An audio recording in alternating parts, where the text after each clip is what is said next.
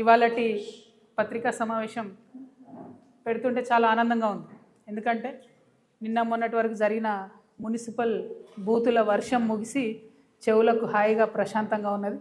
వడగండ్ల వాన పడిపోతే ఎంత ప్రశాంతంగా ఉంటుందో ఈ బూతుల వాన ఆగిపోవడం అంత సంతోషంగా ఉంది.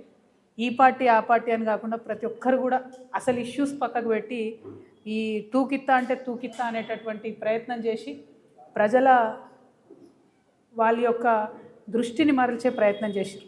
నిజంగా ఈ ప్రచార సరళి వింటే నాకేమనిపించిందంటే సర్పంచ్ ఎన్నికలు లెక్క మున్సిపల్ ఎన్నికలు కూడా పార్టీ గుర్తు లేకుండా జరిగితే బాగుంటుందేమో.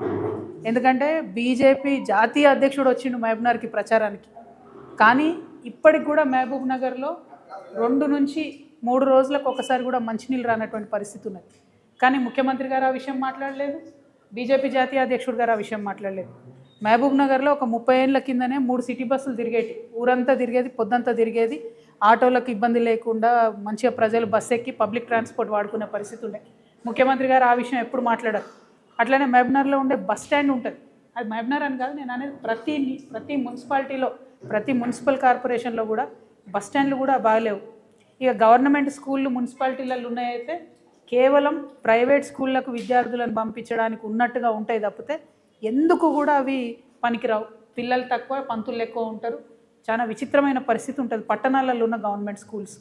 అదేవిధంగా బస్తీ దవాఖానాలు, వాటి మీద నేనైతే ముఖ్యమంత్రి గారు మున్సిపల్ మంత్రి అయినప్పటి నుంచి ఇప్పటి వరకు కూడా ఎన్నడూ బస్తీ దవాఖానాల మీద రివ్యూ చేసిన పాపన పోలేదు, కనపడలేదు. దారుణంగా ఉన్నాయి బస్తీ దవాఖానాలు. కనీసం ఒక గోళీ కూడా లేనటువంటి పరిస్థితి, డాక్టర్లు లేనటువంటి పరిస్థితి ఉంది. ఆ ఇష్యూ మీద డిస్కషన్ జరగలేదు.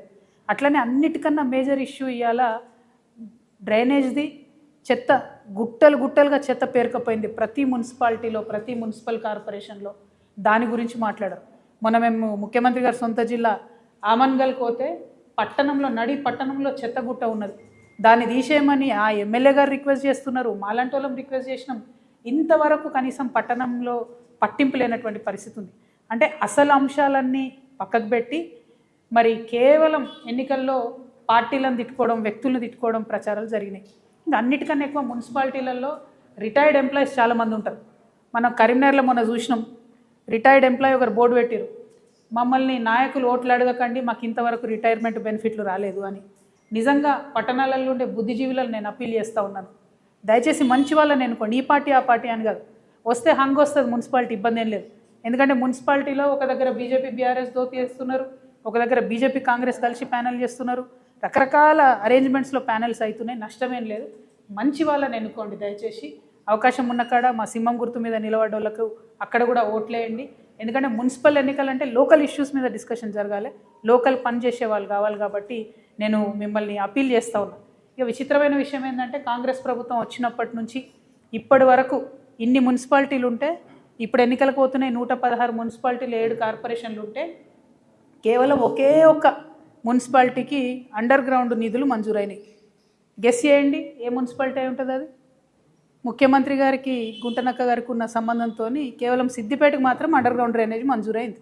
అంటే ఏందన్నట్టు ఇది? కాంగ్రెస్ ప్రభుత్వం ఉన్నా వారికే పనులు అవుతాయి, బీఆర్ఎస్ ప్రభుత్వం ఉన్నా వారికే పనులు అవుతాయి. చాలా వెరైటీగా ఉంది ఇది. నేను ప్రజలకు తెలవాలని చెప్తా ఉన్నా. సరే, సిద్దిపేటలో ఎన్నికలు లేవులే కానీ మంజూరు మాత్రం ఆ ఒకటే చోట అయింది. దీని సంగతి ఏందో, దీని ఆంతర్యం ఏందో మరి ముఖ్యమంత్రి గారే మనకు చెప్పాలి. ఇది పక్కన పెడితే మరి బడ్జెట్ సమావేశాలు రాబోతూ ఉన్నాయి ఫిబ్రవరి 26వ తారీఖు నుండి. ఈ బడ్జెట్ ఎందుకు ఇంపార్టెంట్ అంటే ఈ ఒక్క బడ్జెటే కాంగ్రెస్ ప్రభుత్వం ఇచ్చినటువంటి వాగ్దానాలను నిలుపుకునే అవకాశం ఉన్నటువంటి బడ్జెట్. ఒక గుణాత్మకమైనటువంటి మార్పు తెలంగాణ సమాజంలో తీసుకురావడానికి అవకాశం ఉన్నటువంటి బడ్జెట్. నెక్స్ట్ బడ్జెట్కి వచ్చేసరికి ఎన్నికల ప్రెషర్ ఉంటుంది, ఎన్నికల ఒత్తిడి ఉంటుంది. ఒకవేళ 2028 డిసెంబర్లో ఎన్నికలు ఉన్నా, 2029 మేలో ఎన్నికలు ఉన్నా తప్పకుండా ఒత్తిడి ప్రభుత్వం మీద ఉంటుంది. ఎలక్షన్ ఇయర్ బడ్జెట్ లాగా ఉంటుంది నెక్స్ట్ ఇయర్. కాబట్టి ఈ బడ్జెట్లో నేను కొన్ని డిమాండ్స్ చేయదలుచుకున్నాను గౌరవ ముఖ్యమంత్రి గారిని. ఎందుకంటే పోయిన సంవత్సరం వాళ్ళు పెట్టినటువంటి బడ్జెట్ చూస్తే మొత్తం ట్యాక్స్ రెవెన్యూ ఏదైతే ఉందో అది మన తెలంగాణ భూములు అమ్మడం ద్వారా 7,000 కోట్ల రూపాయలు సంపాదించుకున్నారు. సంపద సృష్టించడంలో మాత్రం అసలే దృష్టి పెడతలేరు. దానివల్ల ఏమవుతుందంటే రెవెన్యూ డెఫిసిట్ ఏదైతే ఉంటుందో అది బీభత్సంగా పెరుగుతుంది. -9,000 కోట్లకు వెళ్ళిపోయింది ఇప్పటి వరకు, డిసెంబర్ వరకు. ఇది అఫీషియల్గా ప్రభుత్వం ఇచ్చినటువంటి డాక్యుమెంట్. ఇందులో నా యొక్క కల్పన ఏమీ లేదు, వాస్తవిక విషయాలు నేను చెప్తా ఉన్నాను. అంటే ఒక పక్క సంపద సృష్టించకుండా ఇంకొక పక్క ఆల్రెడీ మనకున్నటువంటి ఆస్తులు నమ్ముకుంటూ ఉన్నారు.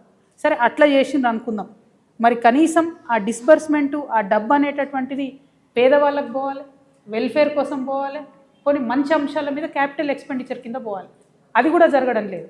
ఏదైతే వీళ్ళు పేదవాళ్లకు వెల్ఫేర్కి పెన్షన్కి పోయిన బడ్జెట్లో 1,21,000 కోట్లు పెడతామని చెప్పిండ్రో దాంట్లో డిసెంబర్ వరకు కేవలం 55,000 కోట్లు మాత్రమే ఖర్చు చేయడం జరిగింది. అందుకే మనకు రావాల్సిన పెన్షన్లు వస్తలేవు, అందుకే మనకు రావాల్సిన నిండ్లు వస్తలేవు, అందుకే జరగాల్సినటువంటి అభివృద్ధి పనులు కానీ వెల్ఫేర్ పనులు కానీ జరగడం లేదు. అది కాకుండా ఏంటి, అప్పులు బీభత్సంగా అప్పులు తీసుకొస్తూ ఉన్నారు. ఇంకో పక్క చాలా పెద్ద ఎత్తున, అంటే వాళ్ళ అంచనాలకు మించి 122% అప్పులు తీసుకురావడం జరిగింది. ఇవన్నీ ఒకటైతే కాంట్రాక్టర్లకు మాత్రం ఏదైతే అంచనాలు పెట్టుకున్నారో 36,000 కోట్లు పే చేయాలని, దాన్ని మించి 42,000 కోట్ల పైచులకు కాంట్రాక్టర్లకు పే చేశారు. అంటే సంక్షేమ పథకాలకేమో తక్కువ పే చేస్తున్నారు, వాళ్ళ కమిషన్లు వచ్చేదానికి మాత్రం ఎక్కువ పే చేస్తూ ఉన్నారు. ఈ డాక్యుమెంట్ అంతా కూడా నేను కూడా మీకు ప్రెస్ మిత్రులతో పంచుకుంటా. అంటే లాస్ట్ సంవత్సరం వాళ్ళు చెప్పినటువంటి బడ్జెట్లో డిసెంబర్ వరకు 9 నెలలు లెక్కేసుకుంటే ఇంకొక క్వార్టర్ మిగిలింది అనుకుంటే, ఈ 9 నెలల్లో వాళ్ళు పేదవాళ్ళకు తగ్గిస్తున్నారు, పెద్దవాళ్ళకు డబ్బులు ఇస్తున్నారు, ఉన్న ఆస్తిని అమ్ముతున్నారు, కొత్త ఆస్తిని సృష్టిస్తలేరు. ఇటువంటి సందర్భంలో కూడా మరి వచ్చే బడ్జెట్, పోయినసారి బడ్జెట్ 3,04,000 కోట్లకు పెట్టిండ్రు. మరి ఈసారి బడ్జెట్ నేను అనుకోవడం ఇంకొక 25,000-30,000 కోట్లు పైచీలకు పెడతారేమో అని అనుకుంటున్నా. ఆ బడ్జెట్లో తెలంగాణ జాగృతి తరఫున మేము కొన్ని అంశాలను డిమాండ్ చేయదలుచుకున్నాం. ప్రధానంగా ఏంది అని అంటే, కామారెడ్డి డిక్లరేషన్లో ఏదైతే బీసీలకు సంవత్సరానికి 20,000 కోట్లు ఇస్తామని చెప్పినారో ఆ 20,000 కోట్లు ఖచ్చితంగా బడ్జెట్లో పెట్టాలనేటటువంటిది మా మొదటి డిమాండ్. రెండవ డిమాండు, ఇవాళ అవ్వాతాతలు కావచ్చు, ఆడబిడ్డలు కావచ్చు, వికలాంగులు కావచ్చు, మీరు పెన్షన్లు డబుల్ చేస్తామనేది అయితే చెప్పారో దానికోసం ఎదురు చూస్తున్నటువంటి సందర్భం ఉంది. కాబట్టి ఖచ్చితంగా ఆ పెన్షన్లన్నిటికీ కలిపి 35,000 కోట్ల రూపాయలు బడ్జెట్లో పెట్టాలని చెప్పి మేము డిమాండ్ చేస్తూ ఉన్నాం. అట్లానే ఇప్పటి వరకు ముఖ్యమంత్రి గారు ఎక్కడికైనా మాట చెప్తున్నారు, మేము ఇందిరమ్మ ఇండ్లు కట్టినామని చెప్పి. కానీ ఇవాళ మున్సిపల్ ఎన్నికలు జరుగుతున్న నేపథ్యంలో పట్టణ ప్రాంత ప్రజలకు నేను గుర్తు చేస్తూ ఉన్నా, పట్టణ ప్రాంతాల్లో ఉండే పేదవారికి గుర్తు చేస్తూ ఉన్నా. కేవలం గ్రామాలలో 4 లక్షల సంబంధించి ఇందిరమ్మ ఇండ్లకు డబ్బులు రిలీజ్ చేస్తున్నామని చెప్పారు, అందులో కూడా సగం వర్క్ స్టార్ట్ కాలేదు. కానీ పట్టణాలలో మాత్రం ఒక్క రూపాయి కూడా ఇందిరమ్మ ఇండ్లకు ఇవ్వలేదు. సో నేను డిమాండ్ చేస్తూ ఉన్నా, మీరు ఈ 26వ తారీఖు తర్వాత పెట్టే బడ్జెట్లో మీరు పేదవాళ్ళకి ఏదైతే ఇండ్లు 22 లక్షల ఇండ్లు కడతామని ఒక లక్ష్యం పెట్టుకున్నారో అది పూర్తి కావాలంటే ఈ సంవత్సరం 8 లక్షల ఇండ్లకు 25,000 కోట్ల రూపాయలు ఖచ్చితంగా బడ్జెట్లో పెట్టాలని తెలంగాణ జాగృతి తరఫున డిమాండ్ చేస్తూ ఉన్నాం. అట్లానే ఉద్యమకారులకు మీరు ఏదైతే మాట ఇచ్చారో 250 గజాల భూమి ఇస్తా అని చెప్పి, ఆ మాటకు కట్టుబడి దానికి సంబంధించిన ప్రావిజన్స్ని ఖచ్చితంగా బడ్జెట్లో పెట్టాలని నేను డిమాండ్ చేస్తూ ఉన్నా.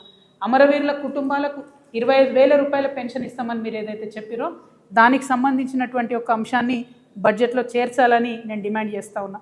ఆటో డ్రైవర్లకు 12,000 రూపాయలు ఏదైతే నెలకి ఇస్తామన్నారో దానికి సంబంధించిన అంశాన్ని బడ్జెట్లో పెట్టాలని నేను డిమాండ్ చేస్తున్నా.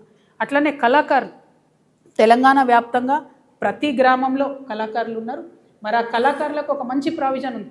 ఈ ప్రభుత్వం, రాష్ట్ర ప్రభుత్వం కళాకారులను గుర్తించి గుర్తింపు కార్డు ఇచ్చి 500 రూపాయలు ఇస్తే చాలు. కేంద్ర ప్రభుత్వం నుంచి 5,500 రూపాయలు వచ్చే పథకం ఉన్నది. దాన్ని అడ్వాంటేజ్ తీసుకొని రాష్ట్ర ప్రభుత్వం తక్షణమే కళాకారులకు గుర్తించి దానికి సంబంధించిన ప్రావిజన్ని బడ్జెట్లో పెట్టాలని నేను డిమాండ్ చేస్తూ ఉన్నాను.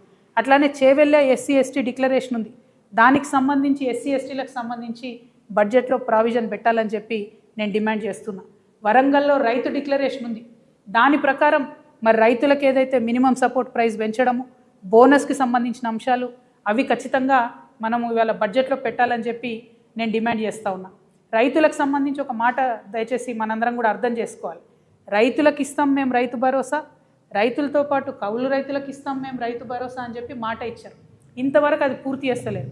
రైతులకు కౌలు రైతులకు కలిపి పెట్టాలంటే 25,000 కోట్ల రూపాయలు సపరేట్ హెడ్ కింద పెట్టాలనేది నేను డిమాండ్ చేస్తూ ఉన్నా. రైతు కూలీలకు ఏదైతే సంవత్సరానికి 12,000 రూపాయలు ఇస్తామన్నారో దానికి 10,000 కోట్లు అవుతుంది, అది కూడా బడ్జెట్లో పెట్టాలని నేను డిమాండ్ చేస్తున్నా. అన్నిటికన్నా మించి ఏంటంటే ఇలా ఆల్రెడీ ఫిబ్రవరి, యాసంగికి సంబంధించి ఇంతవరకు రైతు భరోసా రాలేదు. తక్షణమే రైతు భరోసా నిధులు విడుదల చేయాలని నేను ప్రభుత్వాన్ని డిమాండ్ చేస్తున్నాం. మరి ఈ సందర్భంగా ఒక మాట ప్రజలందరికీ గుర్తు చేయాలి. నిన్న మొన్న రేవంత్ రెడ్డి గారు చాలా దగ్గర సభలలో ఒక మాట చెప్పారు, మేము రైతు రుణమాఫీ 100కు 100% చేసినామని చెప్పారు. చేయలే. మీరేం చేసిండ్రు? మొదలు మీ అంతట మీరే ప్రభుత్వం నుంచి 44,000 కోట్లు అయితే రైతు రుణమాఫీ అవుతుందని చెప్పారు. కానీ చేసింది ఎంత? 21,000 కోట్ల రూపాయలు. కానీ క్యాబినెట్ డెసిషన్ చేసింది ఎంత? 28,000 crores. అంటే 28,000 కోట్లు రైతు రుణమాఫీ చేయాలని క్యాబినెట్ చెప్తే మీరు చేసింది 21 కోట్లు. పైగా ముఖ్యమంత్రి గారు ఏమాత్రం మొహమాటం లేకుండా నేను 100% రుణమాఫీ చేసిన అంటారు. నేను ముఖ్యమంత్రి గారికి ఛాలెంజ్ విసురుతా ఉన్నా, మీ మహబూబ్ నగర్ పోదామా, మా నిజామాబాద్ వస్తారా, లేకపోతే హైదరాబాద్లో సెక్రటేరియట్కి మమ్మల్ని రమ్మంటారా? జాగృతి వల్ల వస్తాం, రుణమాఫీ కానీ రైతులందరినీ తీసుకొని వస్తాం. ఖచ్చితంగా మీరు 50% మంది రైతులకు రుణమాఫీ చేయలేదు. ప్రతి జిల్లాలో ప్రతి చోట ఎక్కడికి పోయినా రైతులు బాధపడతా ఉన్నారు. నిజంగా మీకు చిత్తశుద్ధి ఉంటే ఆ ఏదైతే మిగతా 50% మందికి రుణమాఫీ కాలేదో ఈ బడ్జెట్లో పెట్టి రుణమాఫీ చేయండి. ఎగ్గొట్టకండి దయచేసి రైతులకు. రైతన్నలు ఇబ్బందిలో ఉన్నారు. ఇప్పటికే మీరు యూరియా కూడా ఇవ్వలేని పరిస్థితులలో, మేనేజ్ చేయలేని పరిస్థితుల్లో రైతులు ఇబ్బంది పెడుతున్నారు. ఇది కరెక్ట్ కాదు.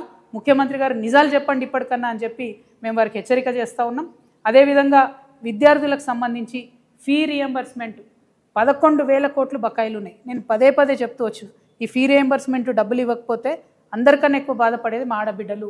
ఆడపిల్లలు చదువు మానిపించి ఇంట్లో కూర్చోబెడతారు. కాబట్టి రిక్వెస్ట్ చేస్తూ ఉన్నాం, మేము రాష్ట్ర ప్రభుత్వాన్ని డిమాండ్ చేస్తూ ఉన్నాం, 11,000 కోట్లు వన్ టైం మీరు ఫీ రియంబర్స్మెంట్ ఇవ్వండి. ఇచ్చి తర్వాత మంత్లీ ఇస్తారా, క్వార్టర్లీ ఇస్తారా, ఒక క్యాలెండర్ ఇవ్వండి. కానీ ఇవ్వండి. ఇబ్బంది అవుతుంది విద్యార్థులకు. చిన్న విద్యా సంస్థలు మూతపడిపోతున్న పరిస్థితి ఉంది. కాబట్టి 11,000 కోట్లు ఫీ రియంబర్స్మెంట్ ఇవ్వాలని చెప్పి నేను డిమాండ్ చేస్తూ ఉన్నా. ఈ ఆర్టీసీ కార్మికులకు సంబంధించి నిన్న మళ్ళీ ముఖ్యమంత్రి గారు అబద్ధం చెప్పారు, 50,000 మంది కార్మికులు ఉన్నారని చెప్పారు. దారుణం ఏంటంటే తెలంగాణ రాకముందు 52,000 మంది కార్మికులు ఆర్టీసీలో ఉంటే 10 ఏళ్ళ బీఆర్ఎస్ 2 ఏళ్ళ కాంగ్రెస్ కలిసి ఇప్పుడు అది 32,000 మందికి వచ్చింది. అంటే 20,000 మందిని ఫోర్స్ చేసి ఉద్యోగాలు మాన్పించారు ఆర్టీసీ వాళ్ళను. వీఆర్ఎస్ ఇచ్చిరు, రకరకాల ఇబ్బందులు ఇచ్చిరు. 10 రూపాయలు టికెట్ కొట్టకపోతే కండక్టర్లు తీసేసినటువంటి పరిస్థితులు చాలా ఉన్నాయి. ఇప్పుడున్నటువంటి పరిస్థితుల్లో మొన్న జగిత్యాల్లో ఒక ఎగ్జాంపుల్ జరిగింది. ఒక బస్సులో 170 మంది ఎక్కిరు ఫ్రీ బస్సు పెట్టిన తర్వాత. వెనుక 2 టైర్లు ఊడిపోయినాయి. దేవుడి దయ వల్ల ఏం పెద్ద ప్రమాదం జరగలేదు.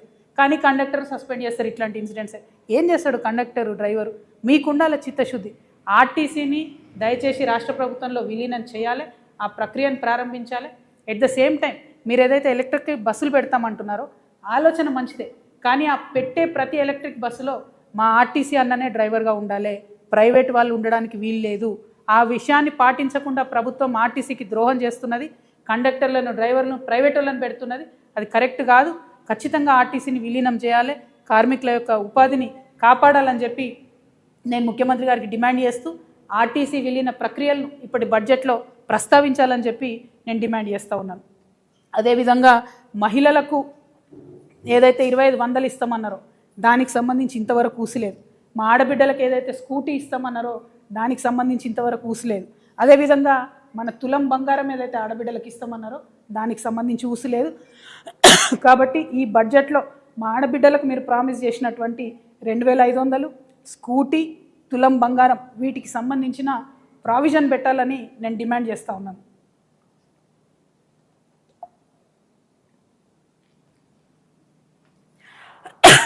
అదేవిధంగా చాలా కీలకమైన అంశం, మన తెలంగాణ భవిష్యత్తుకు సంబంధించినటువంటి అంశం. మీరు ఎన్నికల్లో ఎన్నికై గద్దెనెక్కడానికి అత్యంత కీలకంగా ఉన్నటువంటి తెలంగాణ యువతకు సంబంధించినటువంటి అంశం. మీరు ఎన్ని ఉద్యోగాలు ఇస్తామన్నారు? మొదటి సంవత్సరంలో 2 లక్షలు ఇస్తామన్నారు. ఇప్పటి వరకు పాత ప్రభుత్వం ఇచ్చినటువంటి ఉద్యోగాలకే మీరు పత్రాలు ఇచ్చుకుంటూ తిరుగుతున్నారు. మీరు స్వతహాగా ఇచ్చినాయి కేవలం 11,000 ఉద్యోగాలు. అంటే ఇంకా 1,89,000 ఉద్యోగాలు మీరు ఇవ్వాల్సి ఉంది, అది బాకీ ఉంది. ఈ బడ్జెట్లో నేను డిమాండ్ చేస్తూ ఉన్నాను, 1,89,000 ఉద్యోగాలకు సంబంధించి వాళ్ళని తీసుకుంటే ఎన్ని జీతాలు ఇవ్వాల్సి వస్తాయో ఆ అమౌంట్ని మీరు ఈ బడ్జెట్లో పెట్టండి. మీ యొక్క చిత్తశుద్ధిని నిరూపించుకోండి. జాబ్ క్యాలెండర్ ఇవ్వండి. ఏ నెలలో ఏ పరీక్ష పెడతారో పిల్లలకు క్లారిటీ ఇవ్వండి. ఇబ్బంది పడుతూ ఉన్నారు, ఆత్మహత్యలు చేసుకుంటూ ఉన్నారు, కోట్లకు పోయి కేసులు వేసి కొట్లాడుతూ ఉన్నారు. మీరు ఏదైతే ఎన్నికల ముందు ఏం చెప్పిండ్రు? బీఆర్ఎస్ పార్టీ ఉద్యోగాలు ఇవ్వలేదు పిల్లలకు అన్నారు, బీఆర్ఎస్ పార్టీ పరీక్షలు నిర్వహించలేదన్నారు. మరి మీరు చేస్తున్నది ఏంటి ఇప్పుడు? ఆ విషయాన్ని ముఖ్యమంత్రి గారు గమనించి 1,89,000 మందికి సంబంధించి ఆ ప్రావిజన్ని బడ్జెట్లో పెట్టాలని చెప్పి నేను డిమాండ్ చేస్తూ ఉన్నాను.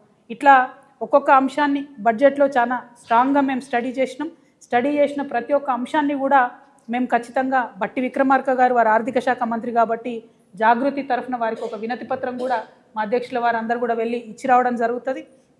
బడ్జెట్లో రావాల్సినటువంటి అంశాల మీద మేము తప్పకుండా ఒక ముందడుగు వేస్తాం. దాంతోపాటు ముఖ్యమంత్రి గారిని మేము ఒక 3 డిమాండ్లు చేస్తూ ఉన్నాం. కేంద్ర ప్రభుత్వం ఏదైనా నిర్ణయం తీసుకున్నప్పుడు ఆ నిర్ణయం యొక్క ప్రభావం మన రాష్ట్ర ప్రజల మీద పడుతున్నప్పుడు ఈ రాష్ట్ర ముఖ్యమంత్రిగా మీరు స్పందించాలి. కానీ మీరు స్పందిస్తలేరు. దానికి 3 ఉదాహరణలు. లేబర్ కోడ్ మారితే ముఖ్యమంత్రి గారు ఎక్కడ మాట్లాడలేదు. 12వ తారీఖు నాడు బంద్ ఉంది. మొత్తం కూడా లేబర్ అంతా కూడా రోడ్ల మీదకి వస్తూ ఉన్నారు. ఆ బంద్కు జాగృతి సంపూర్ణంగా మద్దతు ప్రకటిస్తూ ఉన్నది. కానీ రాష్ట్ర ప్రభుత్వంగా రాష్ట్ర ముఖ్యమంత్రిగా మీరు ఈ లేబర్ కోడ్లను లేబర్ చట్టాలను వ్యతిరేకించాలని నేను డిమాండ్ చేస్తూ ఉన్నాను.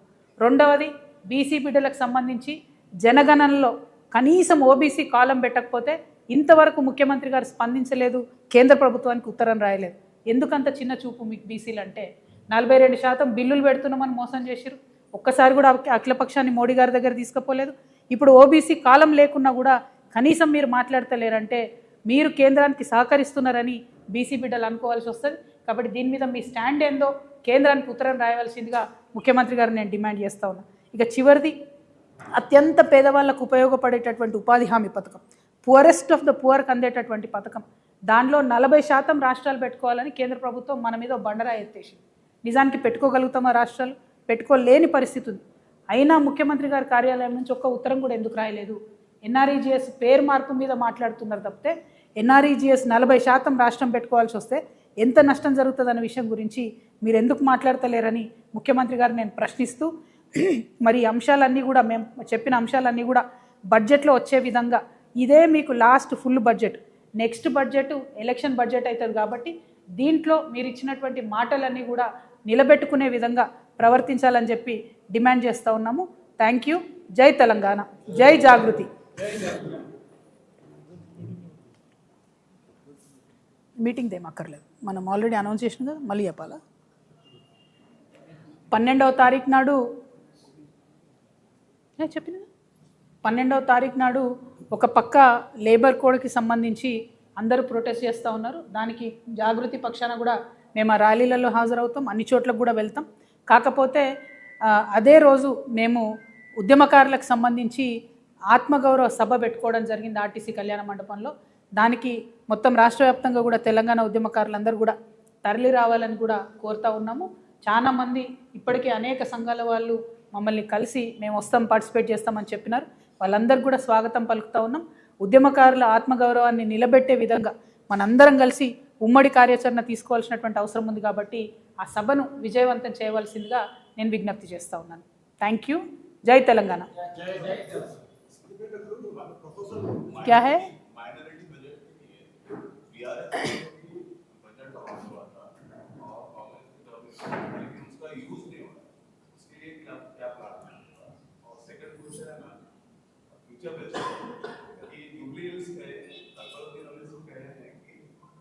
कांग्रेस को जो है हमारी वजह से जो है वहाँ जीत गई, तो फ्यूचर में उनका यही कहना है कि तेलंगाना में कोई भी सीएम बनता है, कोई भी हुकूमत बनाता है, तो वो उनके साथ एमआईएम के साथ मिलकर जो है वो काम करना पड़ता है. इन फ्यूचर आप जब इक़्तिदार में आएंगे तो क्या अलायंस करेंगे? देखिए, बहुत अच्छा सवाल पूछे आप. माइनॉरिटी का बजट बीआरएस में भी जो आया वो भी पूरा खर्च नहीं हुआ. इनफैक्ट पूरा माइनॉरिटी फाइनेंस कॉरपोरेशन तब सा हो गया बीआरएस के हुकूमत में. कांग्रेस आने के बाद अनाउंसमेंट बड़ा करे लेकिन खर्चा उन्होंने भी उतना ही करे, ज़्यादा कुछ खर्चा नहीं करे. तो माइनॉरिटियों के वास्ते दोनों सरकारों का एक ही रवैया रहा. और रही बात ओवैसी ब्रदर्स की, अब देखिए उन्होंने कैसे है, जैसा सनफ्लावर रहता ना भाई, सनफ्लावर सन के गोल गोल घूमते रहता. Owaisi brothers MIM party power के गोल गोल घूमते रहते. जो भी पावर में है, जो भी इक़्तिदार में है, उनके साथ रहते उन्होंने. पहले तेलंगाना को अपोज करे, रॉयल तेलंगाना होना बोल के बोले, लेकिन जब तेलंगाना बना और केसीआर साहब हुकूमत में आए, जिनका मेन एजेंडा ही तेलंगाना फॉर्मेशन था, लेकिन उनके साथ मिलकर 10,000 पावर में शेयर करे. उस टाइम पे केसीआर साहब के वाह करते रहे. और अभी बिफोर दिस इलेक्शन 2023 से पहले उन्होंने क्या बुलाया रेवंत रेड्डी साहब को, आरएसएस के आदमी है बोल के बोले. लेकिन जब रेवंत रेड्डी साहब हुकूमत में आए तो उनके पास गए. अब इनका सीएमओ के पास आना जाना तो है, पावर के साथ आना जाना है. और तारजुब की बात ये है, वहाँ ऊपर राहुल गांधी को क्रिटिसाइज करते, लेकिन यहाँ जुबली हिल्स इलेक्शन में रेवंत रेड्डी साहब के पास रह के कैंडिडेट भी नहीं लगा एमआईएम का, पूरा कांग्रेस का साथ दिए। तो किन के साथ है? जो भी इक़्तिदार में रहते हैं उनके साथ है। तो मेरा इनसे रिक्वेस्ट ये है, आप सीएम के पास आपका आना जाना रहता, सीएम आपके बात सुनते बोल के आप दावा कर रहे हैं ना, तो इमीडिएटली रेवंत रेड्डी साहब को बोल के, अभी रमज़ान आ रहा ना भाई, 7-8 दिन में रमज़ान आ रहा, तो इमाम और मौज़नों के जो भी पेंडिंग है वो इमीडिएटली दिलाइए, और इमाम और मौज़नों को 6,000 से 12,000 करते बोल के बोले कांग्रेस गवर्नमेंट, आज तक नहीं करे 2 साल में। और आपको एक सवाल है मेरी एमआईएम पार्टी को और ओवैसी ब्रदर्स से, अब 2 साल से आप रेवंत रेड्डी साहब के साथ है, क्यों फिर एक भी बार रमज़ान का तोहफा नहीं दिलाया आप? अगर आप सरकार के साथ है, हुकूमत के साथ है, सीएम साहब आपके बात सुनते हैं, क्यों नहीं दिलाए? और क्या डेवलपमेंट है भाई ओल्ड सिटी में? मैं भी हाल ही में ओल्ड सिटी में हमारा दौरा हुआ, बहुत गंदा पानी आता है, सिटी बस कहीं नहीं जाता, स्कूल्स ठीक नहीं है, रोड्स ठीक नहीं है।